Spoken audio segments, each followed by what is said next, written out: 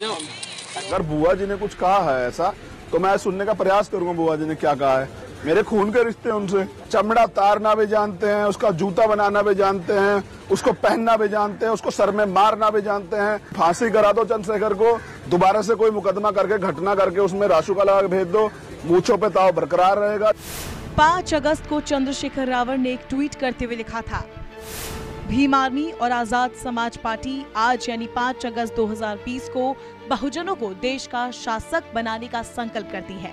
हम मान्यवर साहब के जिसकी जितनी संख्या भारी उसकी उतनी हिस्सेदारी के मिशन को साकार करेंगे। यह हम बहुजनों का संकल्प है, हम इसे हर कीमत पर पूरा करेंगे। जय भीम। ये ट्वीट ये बतलाने को काफी है कि चंद्रशेखर आजाद रावण किस तरह की राजनीति करते हैं। चंद्रशेखर आजाद रावण ऐसा नाम जिसे 2017 से पहले शायद ही कोई जानता हो। 2015 में पश्चिम उत्तर प्रदेश में ये नाम पहली बार सुर्खियों में आया था। आजाद के आगे का रावण चंद्रशेखर ने खुद अपने मन से लगाया है। कुछ लोग तो ये भी कहते हैं कि प्रसिद्धि पाने के लिए उसने अपने नाम के आगे रावण लगा लिया। लोग जो भी कहे, लेकिन बंदा फेमस तो हो ही गया। हालांकि अभी नेता बनने की प्रक्रिया में है। चंद्रशेखर सहारनपुर का रहने वाला है। 2014 में अपने 2 साथियों सतीश कुमार और विनय रतन सिंह के साथ मिलकर चंद्रशेखर ने भीम आर्मी बनाई थी। ऐसा कहा जाता है कि भीम आर्मी की अवधारणा और इसके पीछे का सारा दिमाग सतीश कुमार का है। उन्हें एक चेहरे की तलाश थी जिसे चंद्रशेखर ने पूरा किया। भीम आर्मी शुरुआत में दलितों के लिए काम करती थी, चाहे दलित परिवार के बच्चों का एजुकेशन हो या उनकी बेटियों की शादियां। भीम आर्मी इसमें सहयोग करती थी। तब ये काम शांति से हुआ करता था, ना कोई हल्ला ना ही कोई बवाल। 2017 में जो हुआ उसने भीम आर्मी और चंद्रशेखर दोनों को पूरी तरह से बदल दिया। देश की एक बड़ी दलित आबादी भीम आर्मी के बारे में जानने लगी और चंद्रशेखर आजाद दलितों का एक ऐसा चेहरा बनकर उभरा जो न सिर्फ घर बैठकर दलित उत्पीड़न की बात करता है बल्कि सड़क पर आकर धरना प्रदर्शन भी करता है।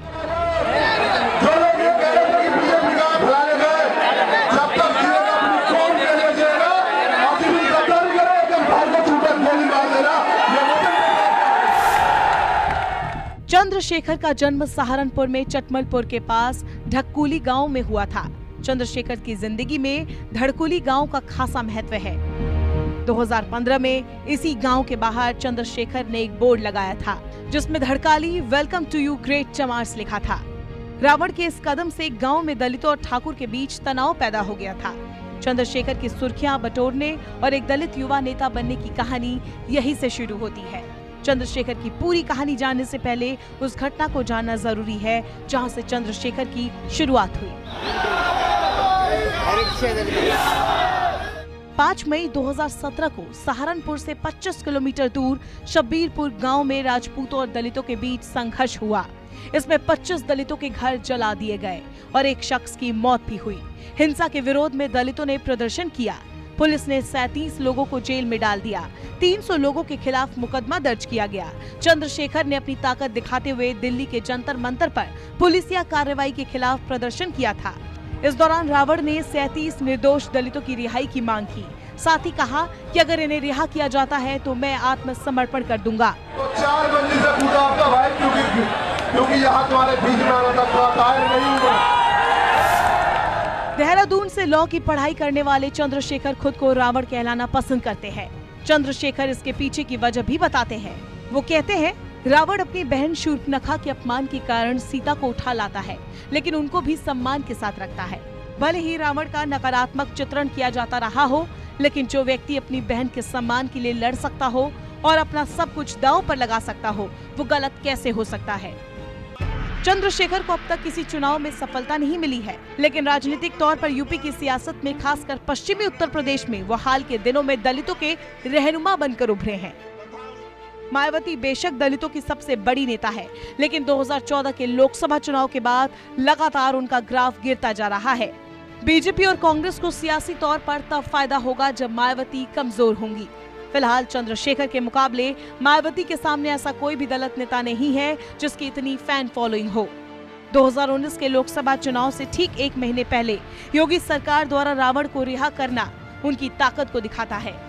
रावण रासुका लगने के कारण जेल में बंद थे। कांग्रेस की प्रियंका गांधी को भी मेरठ के उस सरकारी अस्पताल तक जाना पड़ा जहां चंद्रशेखर भर्ती थे। इशारा साफ है कि मायावती को छोड़कर सभी सियासी दलों को रावण का साथ चाहिए। कुछ राजनीतिक पार्टियां खुलकर ऐसा कर रही है तो कुछ सामने नहीं आना चाहती।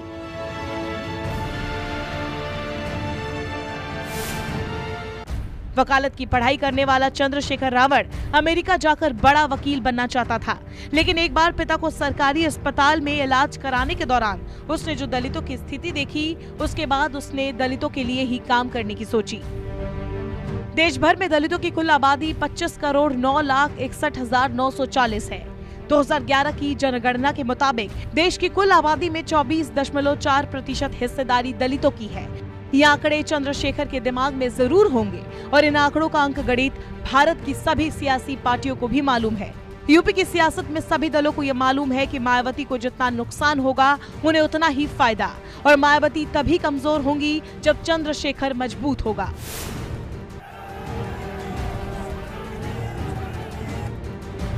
मायावती चंद्रशेखर का सपोर्ट क्यों नहीं करती?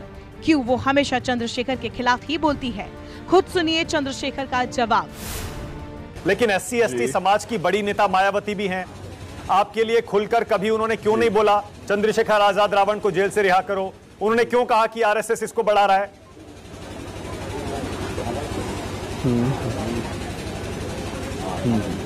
देखिए ऐसा है ना मित्र मेरे, मैं जेल में था और मुझे पता नहीं मेरे बारे में किसने क्या बोला, मुझे तो अभी आके धीरे धीरे पता लगेगा ना। दूसरी बात, अगर उन्होंने कुछ कहा भी है, वो एक राजनीतिक लड़ाई लड़ रही, राजनीतिक मिशन में, ना कि सामाजिक मिशन में, और मैं एक सामाजिक मिशन में हूँ, तो राजनीतिक मिशन के लोग मेरा विरोध करे समझ आता है। अगर बुआ जी ने कुछ कहा है ऐसा, तो मैं सुनने का प्रयास करूंगा बुआ जी ने क्या कहा है, फिर मैं प्रयास करूंगा अगर बुआ जी को मुझसे कोई शिकायत है कुछ, तो मैं उसे दूर भी करने का काम करूंगा, क्योंकि मैं तो राजनीतिक लड़ाई लड़ ही नहीं रहा हूँ। मेरे खून के रिश्ते हैं उनसे, भाई वो जिस समाज से, मैं भी उसी समाज से हूँ, मेरी बुआ है वो, मैं भतीजा उनका प्यार मेरे प्रति बहुत ज्यादा है। गुस्से में कुछ कह दिया, किसी कहे से कुछ कह दिया, क्योंकि उनके आसपास अच्छा माहौल है ना, बहुत जिम्मेदार लोगों का माहौल है। क्या पता उन्होंने कह दिया हो कि चलो अपने भतीजे को कुछ कह दो। एक दलित नेता के साथ साथ चंद्रशेखर की छवि एक ऐसे नेता की भी है जो अपने विवादित बयान देकर सुर्खियों में रहना चाहता है। राजस्थान चुनाव के दौरान CM योगी ने भगवान हनुमान को दलित बताया था। चंद्रशेखर ने इस मामले में कहा, अगर बजरंगबली दलित है तो देश के सभी हनुमान मंदिरों पर दलितों को कब्जा करना चाहिए। ऐसे ही चंद्रशेखर ने एक और विवादित बयान देते हुए कहा था, जिस दिन देश के संविधान पर आंच आई उस दिन भीमा कोरेगांव दोहरा देंगे। 1 जनवरी 2018 को महाराष्ट्र के पुणे जिले में भीमा कोरेगांव युद्ध की 220 बरसी के दौरान हिंसा हुई थी। चंद्रशेखर को ये बात समझ आ चुकी है कि सिर्फ दलितों को लेकर राजनीति नहीं की जा सकती, तभी तो उन्होंने NRC और CAA के विरोध में खुलकर रैली की और गिरफ्तार भी हुए। 20 दिसंबर को NRC CAA के खिलाफ जामा मस्जिद से जंतर मंतर तक विरोध रैली निकालने की परमिशन देने से दिल्ली पुलिस ने इनकार कर दिया। बावजूद इसके चंद्रशेखर जामा मस्जिद पहुंचे। पुलिस को चकमा देते हुए वो किसी तरह बच निकले। इसके अगले दिन जामा मस्जिद से गिरफ्तार करके उन्हें 14 दिन की न्यायिक हिरासत में भेज दिया गया। इस पूरे आंदोलन में चंद्रशेखर ने दिखाया कि वो सिर्फ दलितों के लिए ही नहीं बल्कि देश के मुस्लिम समुदाय के लिए भी लड़ने को तैयार है।